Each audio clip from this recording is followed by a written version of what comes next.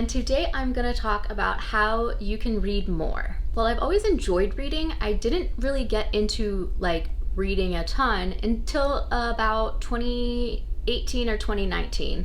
Before that, I would really just read when I found a book that I really loved. I couldn't put it down, but I didn't read on a regular basis. I read probably 10 to 12 books a year.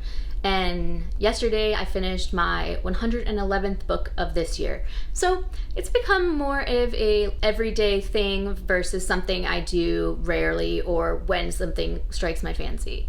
I wasn't always actively looking for books to read, and now I'm like, that's all I do. If you'd like to learn how I became such an avid reader, stick around. So the first way that I became such an avid reader is by finding a book club and just other friends that enjoyed reading. I think that a lot of times reading can be such a solitary act because you just do it by yourself. But when you have someone to discuss books with, whether that is a whole book club or just a friend, or if you meet a friend on YouTube or Bookstagram or Book Talk or anything like that, it can be such a community builder to find other book lovers. And you get recommendations from them, and you can recommend books to them, and you can discuss books that you've both read. And honestly, I think that's one of the best ways to find yourself reading more, because you'll talk to other people about books and you'll just be so excited by what they're telling you that you just can't help it. You gotta go read them. So that is one of the big ways that I have become a reader that reads over 100 books a year, just by making sure I kind of get involved with other people who are interested in that as well. The second thing that I have done to become such a big reader is that I read a lot of different genres. A lot of people just know what they like, and that's fine, but sometimes if I'm feeling a little burnt out on one genre, switching can totally reignite my love of reading. So I think I read a little bit of everything, except I really don't read fantasy.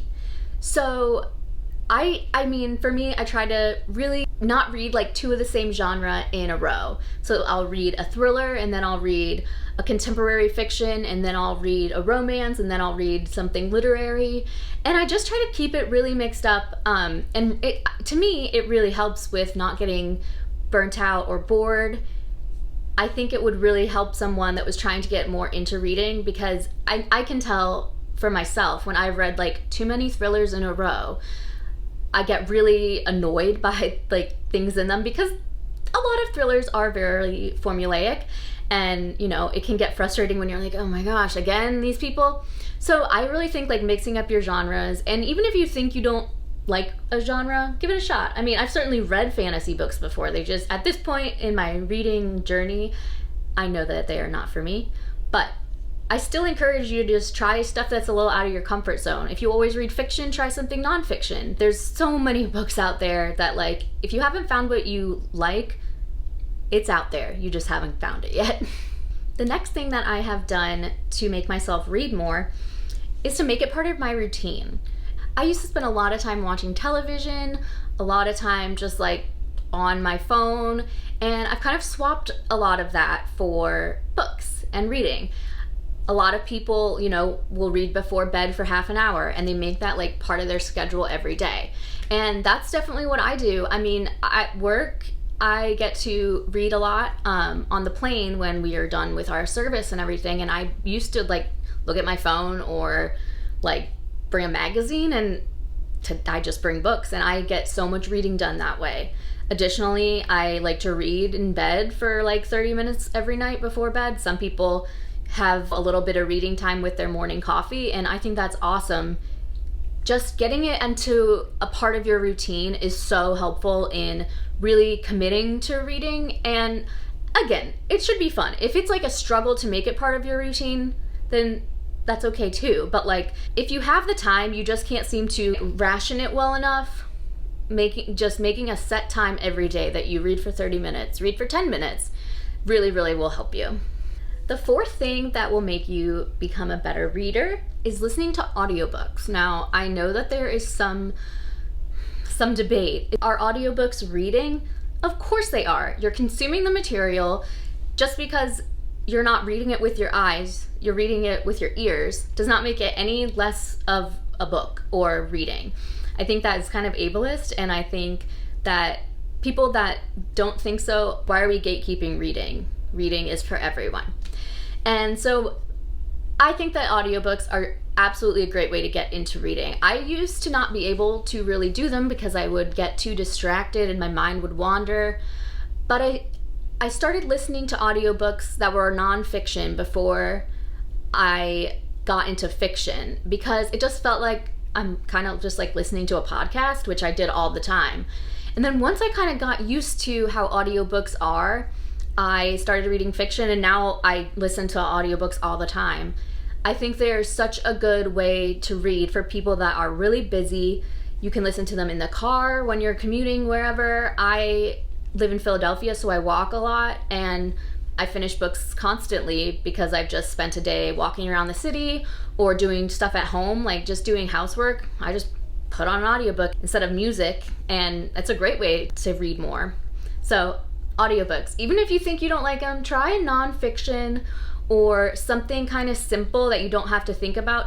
Try something that you've already read. That way if your mind wanders, that's okay. Just what's worked for me.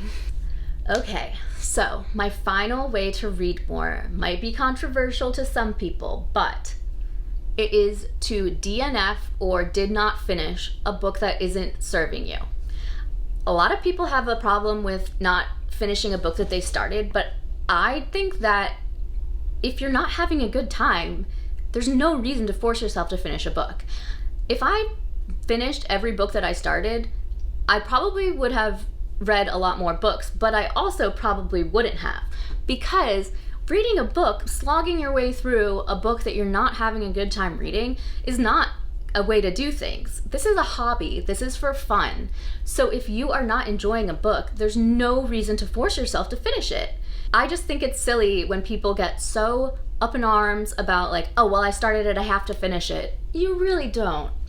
I have not finished so many books, and I'm so grateful that my brain doesn't have that roadblock that a lot of people does, because I just know if I'm not having a good time reading something, there's no reason to finish it. And odds are it's going to take me a really long time to get through, and it's probably going to make me like not want to read after I'm done with it. I'm going to feel kind of slumpy about reading, and it's just not going to be something that I'm excited to do. And again, I know a lot of people have something going on, like they just can't see themselves not finishing a book, but try it, because if a book is not for you, that's okay, and you should not torture yourself by finishing reading a book that is just not for you.